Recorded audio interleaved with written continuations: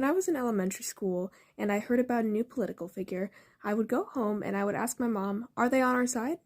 See, in America, we are basically taught from elementary to middle school and so on that there are only two parties that we can be, Democrat or Republican, and that's all we got, nothing else, and that the other parties that we learn about, communists, are bad and evil and they murder people. We only learned about Russia's communism.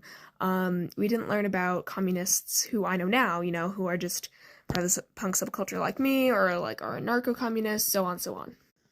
My mom was a leftist and did a pretty good job educating me politically because she's a social worker, and I retained most of that information, but I was also undiagnosed with autism.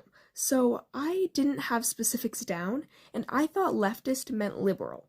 I didn't get that distinction. So for my, not whole life obviously, but a lot of my life, I went thinking there were no other options because I had never been specified them, and I was just like, well, I'm a huge liberal, I'm a huge Democrat, like as far to the left of the liberals as I can be, because I just didn't have the words.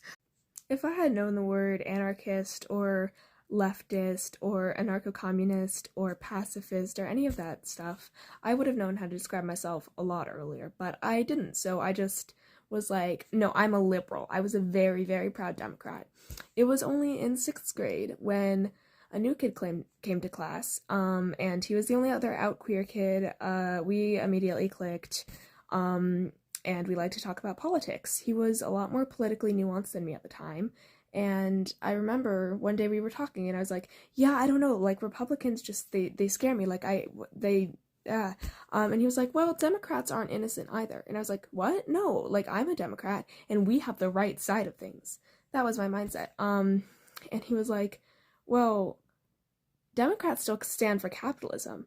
What about the communists and socialists who want justice and peace but not capitalism? And I didn't know, so I said, well, capitalism isn't tied to Democrats. Those aren't two things, and communists kill people. That was what I thought, man. That was what we were taught. So he was just like, where did you get that idea? And I think that was the start of my wake-up call. That's more nuanced than that, and I started asking more questions to my mom and stuff, but it was only when I got into punk culture last year that I realized there were other words specifically to describe me. And at first, I was like, I'm a democratic socialist, then I was a minarchist, and now I'm pacifist, anarchist, blah blah blah, whatever you want to call it, just anti-capitalist.